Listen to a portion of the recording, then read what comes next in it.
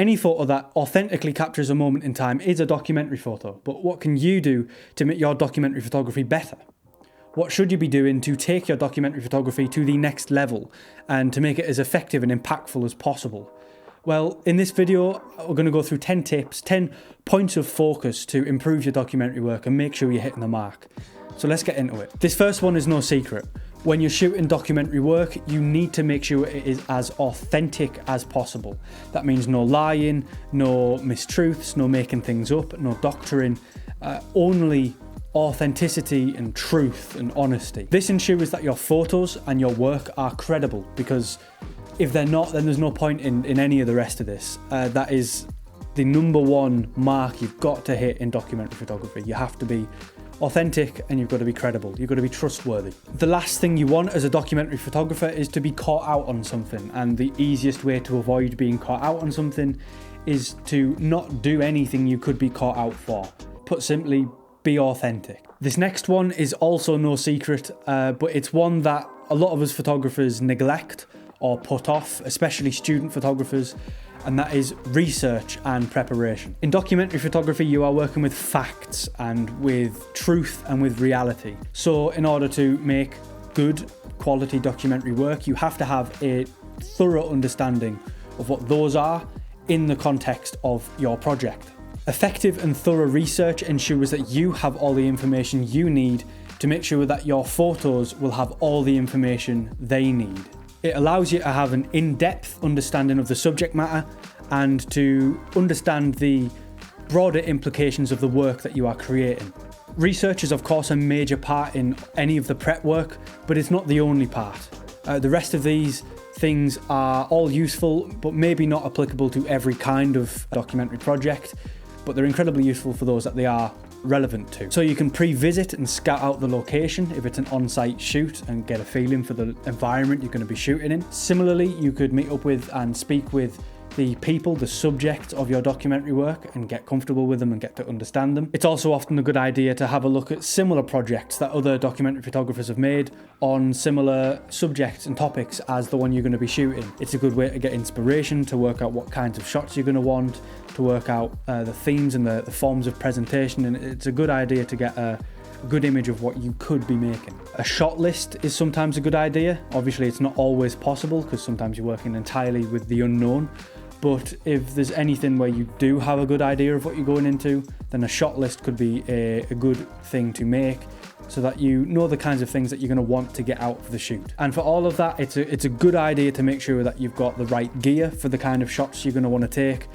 and the right skills to make sure you're able to take them, because there's no point getting to a shoot and not quite being able to get out of it what you wanted and what the people that you're documenting for want out of it. Another part of the prep work, but deserving of its own section on this list, is connection. To have a good connection with the subject of your documentary. This could be a person if your documentary focuses on a person or people, and it could be getting to know them and understand them in the context of the project, or it could be the location. It could be any part of the project, but having a good connection with what you're going to be shooting is a great way to make sure you are shooting it thoroughly and with the best understanding of the subject as possible. Because if you're going into it connected to the themes and the subjects you're shooting, then you're going to be able to get the most out of it. Now, there's two ways of looking at connection. You could be going into a project that you, to begin with, have no connection with, in which case it's a good idea to seek out that connection and to build that up, to make sure that you're doing your due diligence and getting the most out of it. But alternatively, if you're trying to decide on a project, then it is a really good idea to choose something that you already have a connection with anyway, because you're going to enjoy documenting it more, you're going to get more out of it, you're probably going to be able to paint a more vivid and passionate and accurate image of that subject, and at the end of the day you're going to make a more cohesive and thorough project. Regardless of the kind of documentary project that you're doing, ethics is a massive consideration that you have to take, and it is really important that you do this right, because this can mess everything up if you do it wrong. No pressure. It's really important to follow ethics and have a photographic practice that respects and adheres to ethical procedures. One of the main parts of this is getting signed informed consent from your subjects, the people that you're focusing on in your projects, so that they understand what the project is, what you're looking at, why it's being documented, and where it's going to be seen after it's finished. Because if you don't get the signed informed consent, if they don't understand the implications of what they're getting themselves into, you could do this entire thorough, incredible project, get to displaying it, and then they could turn around and go, well, I didn't agree to that, and that's it's shut down at that point. So ethical practice is good for them, the subjects, so they understand everything they're getting into, and it's really good for you to cover your back to make sure that if anything goes wrong, you have the receipts, you have a safety net, ethically speaking. But that's not the only ethical procedure. It's one of the main ones that you're going to have to do regardless of the project you're doing, if there's people in it. But outside of that, it's really important to think of the implications of the work that you're making, because, I mean, you can get people to sign anything. A lot of people aren't going to thoroughly read or understand what they're signing. So as part of good practice, you should think thoroughly about what effects that the work you're creating is going to have on the subjects, on the viewers, because you don't want to cause any harm through your work. So make sure you're creating work respectfully to the people, to the places, and consider ethics at every turn. It's not a good idea to have any practice that ends up causing harm. That's a really good way to make sure you never get hired to make a documentary on anything ever again. So be thorough with your ethical practice. Now, this next one is really important, and that's narrative. Your documentary photography project should have a strong, compelling, and coherent narrative that guides the viewers through the story that your photos are telling. If you're already shooting documentary stuff anyway, you probably already know this, but a lot of people, a lot of photographers, especially that aren't so experienced in documentary photography, may not know how to effectively capture and show a strong narrative. I'm sure you've heard of the saying, show, don't tell. Well, in documentary photography, this is rather relevant, because if you are able to show as much of the story through your images as possible and reduce the amount of information you have to tell the viewer, then you're obviously going to capture a stronger and more in-depth and more intricate and nuanced narrative and story in your photographic work. It's also good advice to let the story tell itself. View yourself, the photographer, as the medium through which the story is told, more so than the storyteller. Aim to capture as much of the elements that are really important to the story as possible, whilst removing and avoiding as many distractions as you can. Something that I know many photographers are not too fond of, especially student photographers, I've been there, is it's a good idea to research and study other documentary photographers that really know what they're doing, you know, those that have created these really strong bodies of work and told these narratives and stories really well. Look at how they have composed their images, the sorts of scenes they have captured, and how they communicate the message through their images and tell a story purely visually. Because if you're able to do that, then that is a really good, strong storytelling ability that is perfectly matched for ensuring your narrative is well set in documentary photography. This next one, flexibility. Now, I'm not talking gymnastics or doing the splits, but as a documentary photographer, you really should be as flexible as you can. When shooting documentary, you're often going to go in with a plan, but this is the genre of the unexpected, of the unpredictable, and oftentimes your plan isn't going to actually enact. It's not going to go as planned. So if you're able to go with the flow within a shoot, if you're able to adapt to these new situations, and if you're able to shoot without a plan and effectively watch and capture the story as it unfolds right before you, then that's a really valuable skill to have. Remember what's important, so that's truth, authenticity, honesty, narrative, and all the intricate details, and keep these in mind no matter what. And when the unexpected eventually inevitably does happen, you'll be well equipped to correctly document it and keep that story intact, even though that your plan's gone out the window.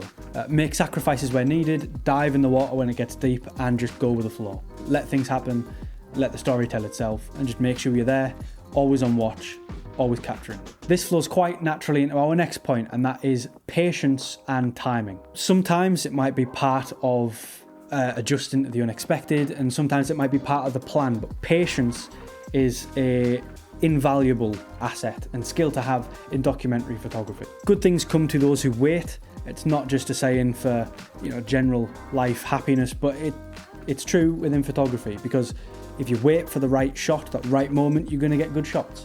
And that's why I've paired patience with timing, because if you've got the patience to wait for the right timing to get those poignant shots and capture those incredible moments, then you're going to be able to make some really compelling documentary photography, and you're going to be able to capture some really honest and important stories. This could be applicable as in waiting for the right moment for the shot. That's probably a really common place where this is going to be a valuable skill. But for example, if you are sat with a subject and they're telling their story and they're telling it in their own way and it's taking quite a while, having the patience to let them tell the story in their way is quite important, because you don't want to hear the story in a way that isn't their own. That would become a little less authentic. So having them be comfortable and tell it in their way would be really valuable. Patience is key to a consistently good practice, and timing is key to consistently good photos. That said, there is no point being patient and having great timing for the best photos if you don't know how to use your gear. And so this next point is technical proficiency. You really should know your equipment inside and out. So that's your lenses, your camera, the software, the hardware, your lighting setups if you've got lighting, or even lighting as in sunlight, and how to use it and how to adjust for it. Incredibly important in a lot of documentary work. Oftentimes you are just working with natural light, because real life doesn't often have set up fake lights in it. So if you know really how to work around sunlight, then that's really important. So understanding all of the tools at your disposal will give you the ability to create the best work. Now, that certainly doesn't mean that you need the best of the best gear, but it does mean that you have to really understand exactly how to use and get the most out of any of the gear that you've got, be that top end or entry level. You can make an incredible documentary with any level of gear, even if it's just your phone, but you really have to understand how to use what you've got. This next one is detail and context. Now, this point is kind of two-faced in practice, because you should be shooting with the correct context always consciously in mind to make sure that you're documenting the right things in the right way. And you should always be looking for those details to make sure you're really embedding your photos with that narrative and with that story. And then the other way that this is a really important point as well is when you come to present and show your work, you should have images that really show all the details of the story, and you should provide the context that the viewers need to correctly understand and interpret the story and the work that you've made. Basically, make sure your images and your work are substantial, because there's no point having a body of work that lacks the substance it needs to really get across the story it's trying to tell. Now, the final tip is on editing and curation. This is a really, really important step, a vital step in documentary photography. Of course, in documentary photography, when it comes to editing, there are really rather strict rules. So no matter what you're doing, make sure you follow those. So to boil it down, basically that means no lying, no doctoring, no photo manipulation. You're really trying to show the images as it was seen in real life. And when you're editing your photos, you should always aim to achieve that goal,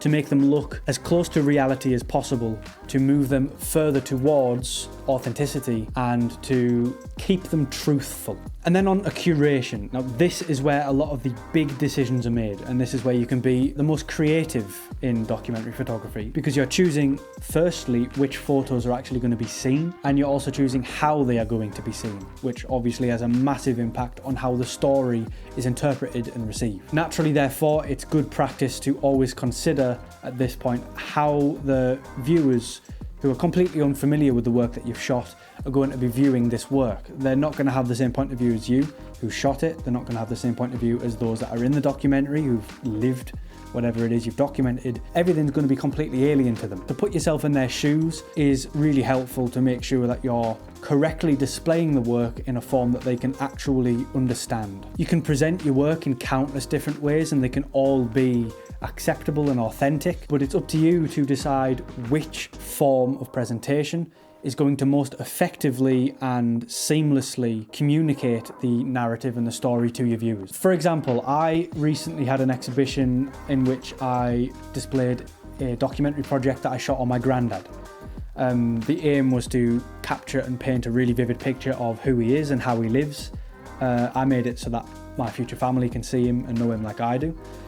But the aim in in the gallery in the exhibition was to make it seem really intimate. So I had an installation. I got loads of his things and put them on the wall and created like this little room where I had a table and all these possessions all over it, and I had some chairs to invite the viewers to sit down.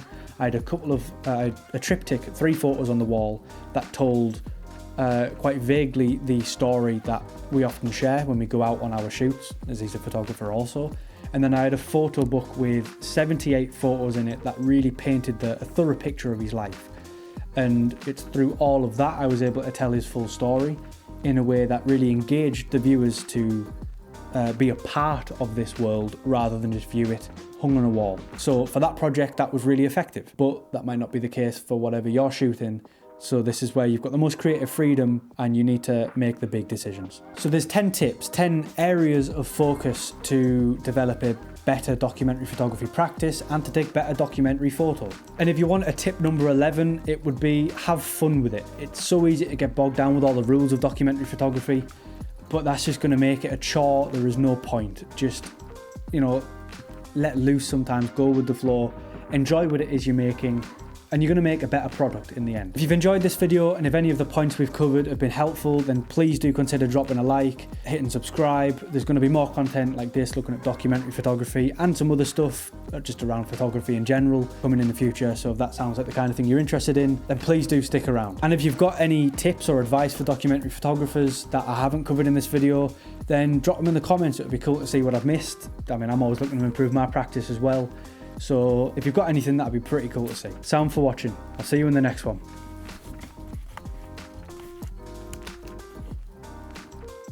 To make sure that you are doing your due diligence,